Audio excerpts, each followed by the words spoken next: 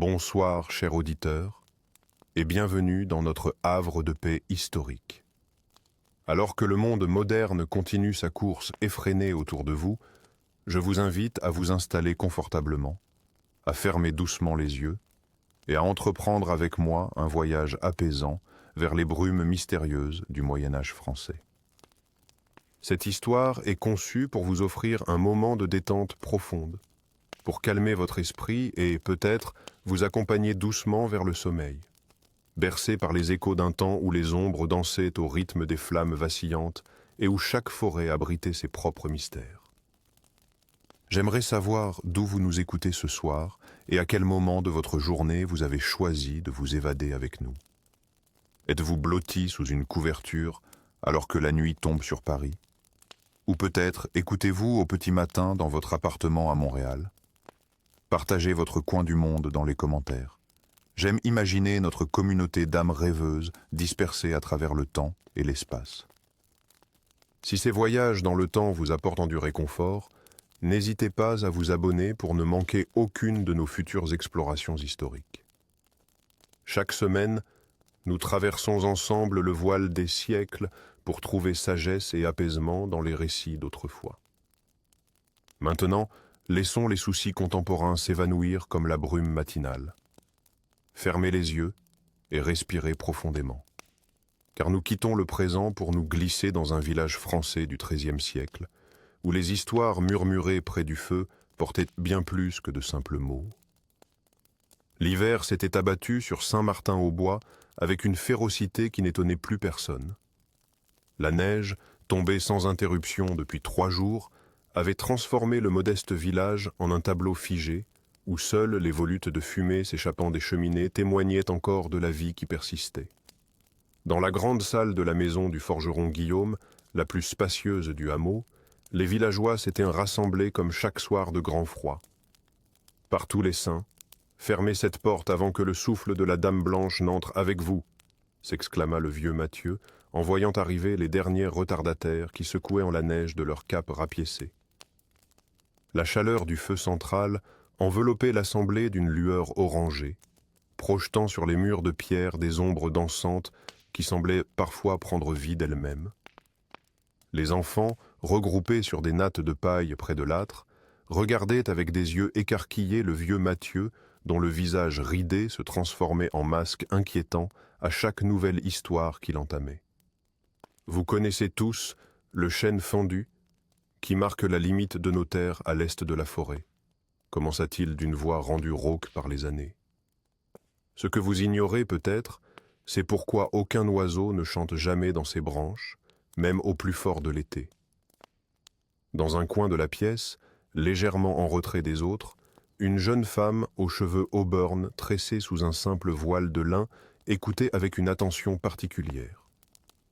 Jeanne, l'herboriste, comme on l'appelait au village, ne se contentait pas d'absorber ses récits. Ses doigts agiles travaillaient simultanément, écrasant des baies séchées dans un petit mortier de pierre. C'était durant l'hiver de l'an 1192, poursuivit Mathieu, l'année où la famine avait poussé certains d'entre nous à chasser au-delà des terres du Seigneur, dans la partie profonde de la forêt. Jeanne releva la tête, ses yeux verts captant la lumière du feu comme ceux d'un chat. Elle connaissait cette histoire, mais chaque fois que Mathieu la racontait, de nouveaux détails apparaissaient, des nuances qu'elle consignait soigneusement dans sa mémoire avant de les transcrire sur des morceaux de parchemin qu'elle avait récupérés auprès de frère Thomas. 3 hommes sont partis ce jour-là, murmura une voix dans l'assemblée. Et 2 seulement sont revenus, compléta Mathieu en hochant gravement la tête. Le silence s'installa, lourd comme la neige qui continuait de tomber à l'extérieur. Jeanne ajouta quelques gouttes d'huile à sa préparation, créant une pâte verdâtre qu'elle transféra délicatement dans un petit pot d'argile. Ces histoires n'étaient pas de simples divertissements pour elle. Elles contenaient des indices, des savoirs anciens entrelacés avec les superstitions. Chaque créature évoquée, chaque lieu maudit mentionné dans les récits correspondait souvent à des plantes spécifiques, des configurations géologiques particulières, ou des phénomènes naturels que les anciens avaient appris à reconnaître et à craindre. Le survivant, Étienne, celui qui est revenu l'esprit brisé, raconta qu'ils avaient vu une procession dans la clairière du chêne fendu, continua Mathieu, sa voix à peine plus forte qu'un murmure.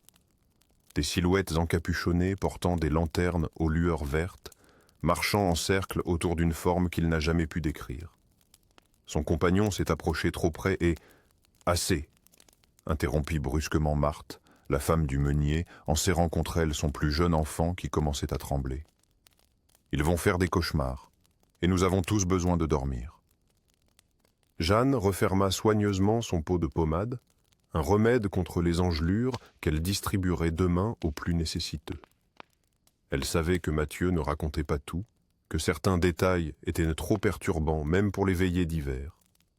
C'étaient précisément ces éléments qu'elle cherchait à recueillir, car ils contenaient souvent les clés de compréhension des propriétés des plantes qui poussaient dans ces lieux redoutés. « Maître Mathieu, » dit-elle en s'approchant du vieil homme après que l'assemblée eut commencé à se disperser, « pourriez-vous me parler davantage de ces lanternes vertes ? Je prépare justement une huile pour soulager les douleurs des articulations. » Le lendemain, alors que l'aube peinait à percer le manteau nuageux, Jeanne se préparait déjà pour une expédition dans la forêt. Elle avait besoin d'écorces de saule et d'autres plantes qui, même en hiver, pouvaient être trouvées si l'on savait où chercher. Son panier d'osier sous le bras et sa cape doublée de fourrure de lapin fermement attachée, elle hésita un instant devant le sentier qui s'enfonçait entre les arbres couverts de givre. Les histoires de la veille résonnaient encore dans son esprit, mais sa curiosité et son devoir envers les malades du village étaient plus forts que sa peur. La forêt en hiver possédait une beauté austère que peu savaient apprécier. Le silence était presque total, interrompu occasionnellement par le craquement d'une branche cédant sous le poids de la neige ou le cri lointain d'un corbeau. Jeanne progressait avec assurance, reconnaissant des repères invisibles pour les non-initiés, une pierre particulière, un arbre à la forme distinctive. Elle s'arrêta près d'un ruisseau partiellement gelé pour recueillir des mousses spécifiques qui poussaient sous la glace fine des berges. C'est alors qu'elle l'entendit, un son qui n'appartenait pas à la forêt hivernale. Une sorte de mélodie ténue, comme un chant lointain porté par le vent, mais sans paroles discernables. Jeanne se figea, tous ses sens en alerte.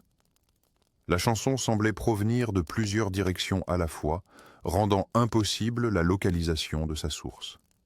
« Il n'y a rien à craindre », murmura-t-elle pour se donner du courage, se rappelant les enseignements de sa grand-mère qui lui avait transmis son savoir. Les esprits de la forêt ne s'en prennent pas à ceux qui viennent avec respect. Pourtant, lorsqu'elle aperçut une lueur verdâtre entre les arbres, bien trop similaire aux lanternes décrites par Mathieu la veille, son cœur s'accéléra malgré elle. La lumière semblait danser, s'approchant puis s'éloignant comme pour l'inviter à la suivre. Jeanne hésita, partagée entre sa curiosité scientifique et les avertissements séculaires. Elle fit quelques pas prudents dans la direction de la lueur, s'arrêtant pour écouter attentivement les sons de la forêt. Le chant s'intensifia légèrement, prenant des tonalités presque humaines, mais impossibles à reproduire par une gorge mortelle. La neige craqua derrière elle. Jeanne se retourna vivement pour découvrir une silhouette encapuchonnée à quelques pas seulement. Son cri resta bloqué dans sa gorge lorsque la figure releva sa capuche, révélant le visage familier de frère Thomas, le moine de l'abbaye voisine. « Jeanne !» s'exclama-t-il, visiblement aussi surpris qu'elle. « Que faites-vous si loin du village par ce temps?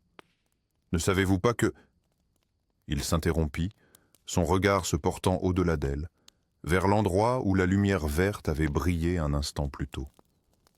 Mais lorsque Jeanne se retourna à nouveau, la lueur avait disparu, et avec elle, l'étrange mélodie. La neige craqua derrière elle. Jeanne se retourna vivement pour découvrir une silhouette encapuchonnée à quelques pas seulement. Son cri resta bloqué dans sa gorge lorsque la figure releva sa capuche, révélant le visage familier de frère Thomas, le moine de l'abbaye voisine. « Jeanne !» s'exclama-t-il, visiblement aussi surpris qu'elle. « Que faites-vous si loin du village par ce temps? Ne savez-vous pas que... » Il s'interrompit, son regard se portant au-delà d'elle, vers l'endroit où la lumière verte avait brillé un instant plus tôt. Mais lorsque Jeanne se retourna à nouveau, la lueur avait disparu, et avec elle, l'étrange mélodie. « Frère Thomas, vous m'avez fait une peur terrible, » souffla Jeanne en pressant une main contre sa poitrine pour calmer les battements affolés de son cœur. « J'aurais pu vous demander la même chose. Que fait un homme d'église si loin de son abbaye, dans ces bois que vous-même déclarez maudits lors de vos sermons ?»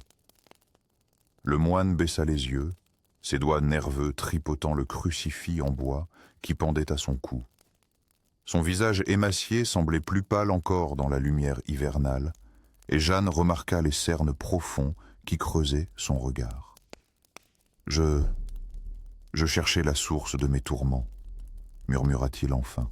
« Depuis 3 nuits, je suis visité par des visions qui me tirent de mon sommeil. Des silhouettes dansantes portant des lumières vertes, exactement comme dans les histoires que je condamne. » Il releva la tête, ses yeux fiévreux cherchant ceux de Jeanne. « Je les ai suivis jusqu'ici.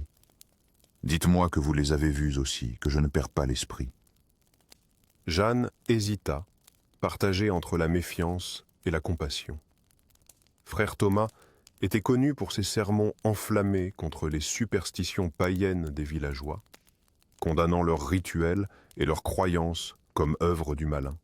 « J'ai entendu une mélodie, » admit-elle finalement, « et j'ai aperçu une lueur là-bas, près du chêne fendu. Mais cela ne signifie pas que les histoires du vieux Matthieu... » « Ne prononcez pas ce nom, » l'interrompit le moine avec une violence qui la fit reculer. Puis, se radoucissant aussitôt, « Pardonnez-moi, Jeanne. La fatigue et la faim me rendent irritable. » Il passa une main tremblante sur son visage. « L'abbaye souffre autant que le village. Nos réserves s'amenuisent et l'hiver ne fait que commencer. » Le vent se leva, charriant des flocons qui tourbillonnaient autour d'eux comme des esprits dansants. Jeanne resserra son châle autour de ses épaules. « La famine touche tout le monde, » acquiesça-t-elle. Hier encore, Martin le bûcheron et 3 autres hommes sont partis chasser dans la partie nord de la forêt, celle que tous évitent depuis des générations. La faim est plus forte que la peur des anciennes légendes. Le visage de frère Thomas se décomposa. Ils sont allés au-delà du ruisseau des Saules, mais c'est de la folie.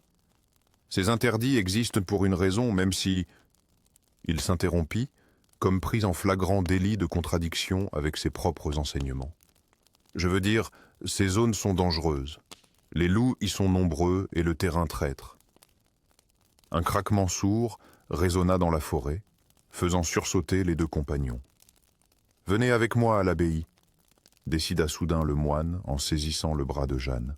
« Il y a quelque chose que je dois vous montrer, quelque chose que j'ai découvert dans la bibliothèque, caché derrière des textes plus récents. » Le trajet jusqu'à l'abbaye se fit dans un silence tendu, uniquement rompu par leur respiration formant des nuages de vapeur dans l'air glacial. Les bâtiments de pierre grise se dressaient, austères et imposants, contre le ciel pâle d'hiver. À l'intérieur, frère Thomas conduisit Jeanne à travers des couloirs déserts jusqu'à une petite salle aux murs couverts d'étagères, croulant sous le poids de manuscrits anciens. « Voilà 3 nuits que je ne dors plus, » expliqua-t-il en allumant une chandelle. « J'ai fouillé nos archives à la recherche d'une explication à mes visions, et j'ai trouvé ceci. » Avec des gestes précautionneux, il sortit d'une cachette un manuscrit à la reliure usée, dont les pages jaunies étaient couvertes d'une écriture serrée et de dessins étranges. « Ce document date d'avant la fondation de l'abbaye, » murmura-t-il. « Il a été écrit par un moine itinérant qui a vécu parmi les habitants de cette région il y a plus de 200 ans. » Il ouvrit délicatement le livre à une page marquée d'un bout de parchemin. « Regardez. » Jeanne se pencha sur le manuscrit et retint son souffle. La page montrait le dessin d'un arbre fendu en son milieu, identique aux chênes fendus de la forêt. Autour de l'arbre, des silhouettes portant des lanternes formaient un cercle. Le texte, rédigé dans un latin approximatif, mêlé de mots en langue vulgaire, décrivait un rituel pratiqué lors des hivers les plus rigoureux. Quand la faim menace de dévorer les vivants, ils appellent ceux qui marchent entre les mondes pour ouvrir la voie vers l'abondance cachée, traduisit frère Thomas d'une voix tremblante. Le prix est lourd, mais la survie du village en dépend. Un rituel pour conjurer la famine ? Demanda Jeanne, fascinée malgré elle. Ou un pacte avec des forces que nous ne comprenons pas ? Répondit le moine en tournant la page. Selon ce texte, il existe des passages, des portes si vous voulez, vers des lieux où le temps s'écoule différemment. Des endroits où l'été règne quand nous subissons l'hiver. Il pointa du doigt une illustration montrant des hommes rapportant des paniers débordant de fruits et de céréales. Le rituel permettrait d'ouvrir ces passages temporairement. Jeanne sentit un frisson parcourir son échine. « Et vous croyez à ces superstitions païennes, frère Thomas ?» demanda-t-elle avec une pointe d'ironie. Le moine ferma les yeux un instant. Lorsqu'il les rouvrit, ils brillaient d'une intensité nouvelle. « Je crois que nos ancêtres n'étaient pas des idiots superstitieux, comme je l'ai trop longtemps prêché. Ils observaient le monde avec attention et transmettaient leur savoir sous forme d'histoire que nous avons cessé de comprendre. » Il referma doucement le manuscrit. « Et je crois que Martin et ses compagnons sont en danger s'ils ont franchi le ruisseau sans connaître les précautions nécessaires. » Un novice apparut à la porte, le visage blême. « Frère Thomas !» Des hommes du village sont arrivés, portant un blessé. Ils disent avoir trouvé Martin le bûcheron à la lisière de la forêt, délirant de fièvre et parlant de fruits mûrs et de blé doré au milieu de l'hiver. Frère Thomas se précipita vers l'infirmerie de l'abbaye, Jeanne sur ses talons. Dans la petite salle aux murs de pierre, Martin gisait sur une paillasse, le corps secoué de tremblements. Son visage était couvert d'égratignures, comme si des branches l'avaient fouetté pendant sa fuite.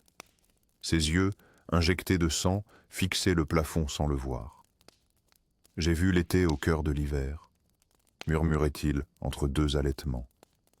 Les épis dorés se balançaient sous un soleil brûlant. Et puis, ils sont venus avec leurs masques d'écorce. Ils m'ont poursuivi jusqu'au chêne. Le seigneur Renaud de Montfort arriva à l'abbaye le lendemain, accompagné de 4 hommes d'armes.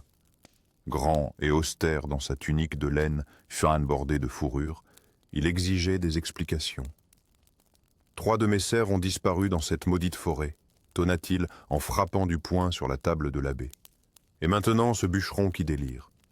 On parle de sorcellerie dans tout le comté. » « Monseigneur, intervint doucement frère Thomas, ce ne sont peut-être pas des œuvres démoniaques, mais des phénomènes que nous ne comprenons pas encore.